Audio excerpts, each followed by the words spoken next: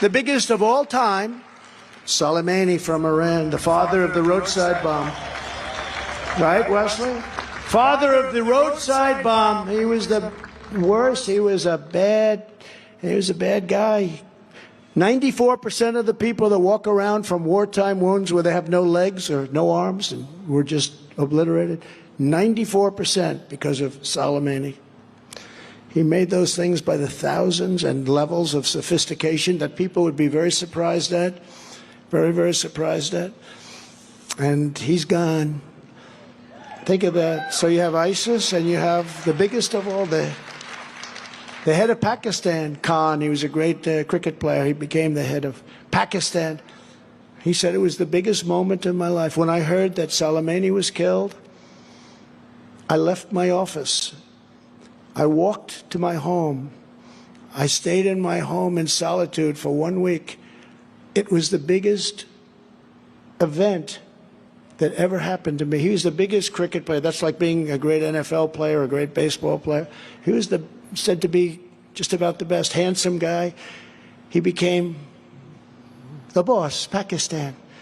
He said, I left and I contemplated for 1 week. It was the biggest event of my life. I've never had anything like that happen. And many people felt like that. And I heard there were repercussions, all of the things, but you have no choice. You have no choice. I told the story the other night, which I'd never told before, that when Iran shot down a drone, a metal drone, it was 14 years old, not very valuable, flying very near Iran. Behind it was an airplane with 39 engineers and pilots in it. And Iran shot down the drone. I said, did they shoot down the plane behind it? Because you have engineers that generally follow the drones, right? They said, no, sir, they didn't. I said, I see. They shot down the drone, but not the plane. They could have shot down the plane, which is about 5 times bigger. I said, that's interesting. But we had to hit them. So we hit them quite hard. We knocked out their radar and different things. And we heard some word back from them because I made the statement that if they hit us back, we're going to do things to them that they've never thought possible. And Iran, this is Iran, the same Iran that's wiping Biden's face in the mud. They called us up, and first time I told this story was a week ago. They called us up and they said, listen, we have no choice. We have to hit you because we have our own self-respect. And I understood that. We hit them. They got to do something.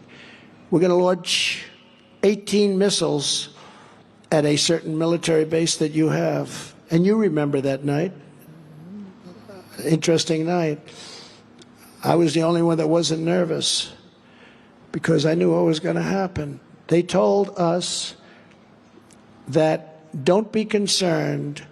We're going to launch 18 missiles at your military base, but none of them will hit the base. These are very accurate missiles. These are missiles that essentially never miss. They're very reliable, very accurate.